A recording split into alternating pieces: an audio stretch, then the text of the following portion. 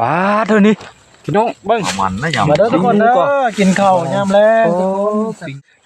บุดูต้นตัวชิ้นเรื่องนี่นะบุดูน่ะ ใบยังเรื่อง ตับป่าแล้วฮะ ตามมันบ่ น้ำเวทชื่อควายยังเลย ยีเฮ็ดเบ็ดบ่ มัดได้ อย่ามัดเบ็ดเนี่ย อย่ามาเบ็ด มัดเบ็ดเด้อเฮ้ยสู้กับมาไอ้ที โอ้มาต้านเอาขันมันอยู่พี่เลยเนาะ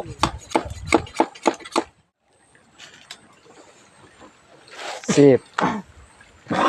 ก็เอากระป๋องเศษใส่เอาปลา เวทเลย มาเควดบ่เชฟ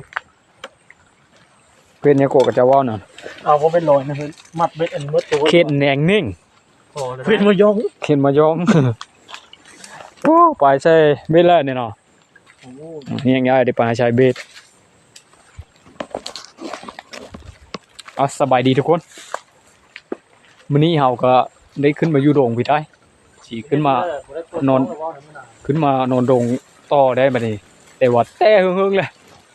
ก็มานี่มาพัดช่วงหนาวช่ำบาดนี้เสร็จหนาวอยู่ดอกเบิ่งฟ้าแผ่ แพ้ความนะ โมแหะแตะกระโปะนี่เกมพร้อมก็มีกลับพร้อมได้นี่กระลับบันคอยเอิ้นกระลับ แพ้ความกระป๋องอ่ะ ประมาณ20-30ลางก็พากันนี่รถสายลุยทีมงาน มากับทีมงาน4คนเด้อ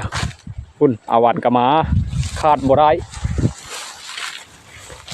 เจอ5 คน แต่ว่ามื้อแรงเอาสิเช้าอยู่นี่มื้อแรงนี่อยู่ มีตะกะแตนพร้อม ผมกกบกนี่แหละแต่ว่าจุดที่เฮาอยู่น่ะมันเป็นด่านหีที่ต่อกับด่านหม่นหมานอยู่ทุกคนเอ้ยนี่โตสำแขนนี่ยิงเอากินนี่ป้อลงน้ำพี่แงวแต่แบบมันได้ลบมันอยู่พังเฮ้ยมันแจวงานนี้บ่พลาดสิเลาะมือเข้มเลยได้ตัวหนึ่งโอ้คุ้มแล้วนี่ทีมงานบ่ได้ตู่ได้คนเลยเขาหาหญิงตัวใหญ่ดีเขาน้อยกันยิ่งก็หมูดูดเถิงพี่น้องนี่โอ้เห็ดแห้วดิน้องเฮ้ยเห็ดผางอันนี้มันถือพ่นมาเย็บนี่วะป้อทุกคนหมูดูดใหม่ๆอยู่ป้อทุกเงินมืดนี่เล่งเนาะปุ๊บป้าเด้อถ้าเห็นแห้วต่างเป็นบ้าบนนึงเลยถึงใจ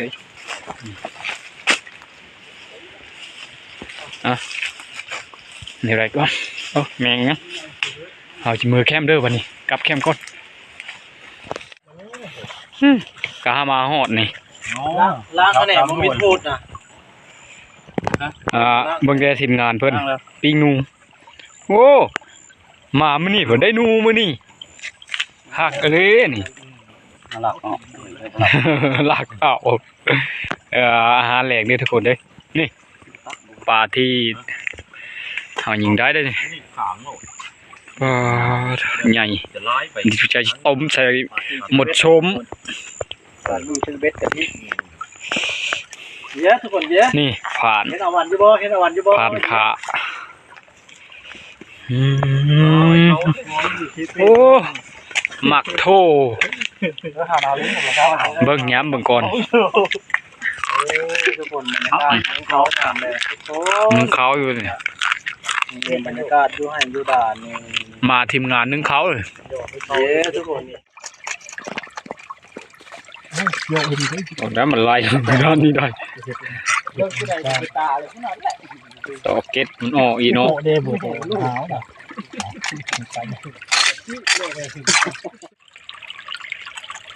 ติดได้แล้วครับมันผ่านเลย ผ่านนะติดนะ มันผ่านอยู่ในนั้น ติดนะกะทิขายโต๊ะนั่น อ๋อเท่าคือสิแซ่บแกงเอาได้นี่ ผ่านแล้วบางทีผัดเหรอโอ้วิดีโอนอนครับ ปิ้งปิ้งหนูกับมันนี่พี่น้องนี่อ๋อ พายเหงาเลย หนูปิ้น โอ้ครับผม หมดแล้วเขาไปเนาะเท่านี้พี่น้องเบิ้ง เอามันนะยัง มาเด้อทุกคนเด้อกินข้าวยามแรงปิ้งดูก่อนนี่ ยังกินมันอยู่ถูกบ่ หมูชุกอยู่ดมาปิ้งหนูนี่เนาะ ซุกเรียบเลย โอ้ นุ่มให้เบิ่ง ลูกครับ ซื้อให้เบิ่งล่ะผมนี่ก็ชิมเพราะว่ากินข้าว โอ้เรากินคือสิแซ่บเลยมาพี่น้องกินข้าวปลาโอ้เอาไปดูต้นตัวชิ้นเรื่องนี่นะเอาไปดูหน่อย ใบยังเรื่อง ตับป่าแล้วฮะ ตับมันตับปลาเนาะมันเป็นตับมัน อาร์ตแฉบลิ้นไอ้ตัวบ้า คัก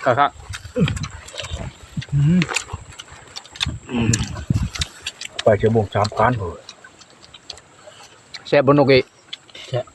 ตัวแรงได้เนาะเฮ้ย เยอะไม่ได้กินเป็นเนาะ ในหลุมมาลุก เขาหมกนะ ก็แซ่บเลยพี่น้องเอ้ย ฮักกูวก กินเป็นม้อยฮักกูวก ยังบ่งกินมี กะ อืม ทางกูหมุนขอฮะกัดได้อยู่ โอ้จันอยู่ลึก ยำอีก ๆโอ้มันเท้าแล้วนี่ อ๋อนี่ฟ้าลำพาน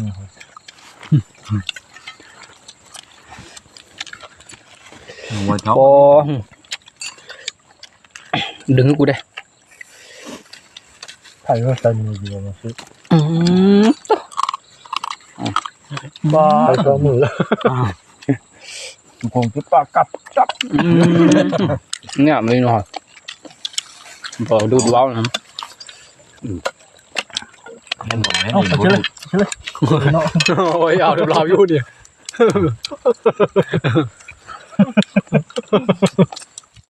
โอ้ทุกคนเลยกินข้าวแล้วเลยได้ก็นอนแล้วนี่การนอนของชุมเฮาก็บ่ได้ยากได้นี่พวกนี้นอนอยู่นี่นี่นอนอยู่หมอกมานี้นี่เฮ้ยอันนี้ก็ปูข้างมาคักได้ฮะไปธรรมดากว่านอนอยู่นี่เหินนี่ได้ฮะ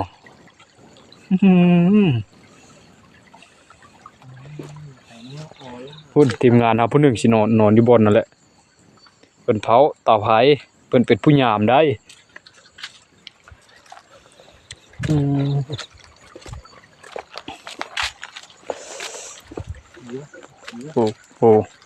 โอ้ผ่านนี่รับเลยบ่นี่ยังระบายแท้มาเขาอันนี้พุ่นเต่าไผ่อยู่ก็มีโอ้สบายได้เอาก็สินอนได้ทุกคนเลยสินอนอยู่นี่แหละเอากันนี่บอนนี้แหละ3 คนพอได้นอนอยู่เฮือนรถตัวนี้ได้3 คนพอดียามนี่ช้ำยามหนาวนี่สิกันได้แบบอุ่นๆได้ ครับ เอาก็สินอนได้อบัดนี้ได้สิปิดคลิปตัวนี้เลยทุกคนเลยหลังจากกินข้าวแล้วเฮาก็หาบนอยู่บนนอนเลยเอาวันก็จมไม้ไม่ใช่ไผ่ได้เนาะคุณเบิ่ง เสียสุดเสีย เนาะปิดคลิปตัวนี้ขอลาไปก่อนเด้อทุกคนเด้อ ไปอยู่บน ไปอยู่เบิ่ง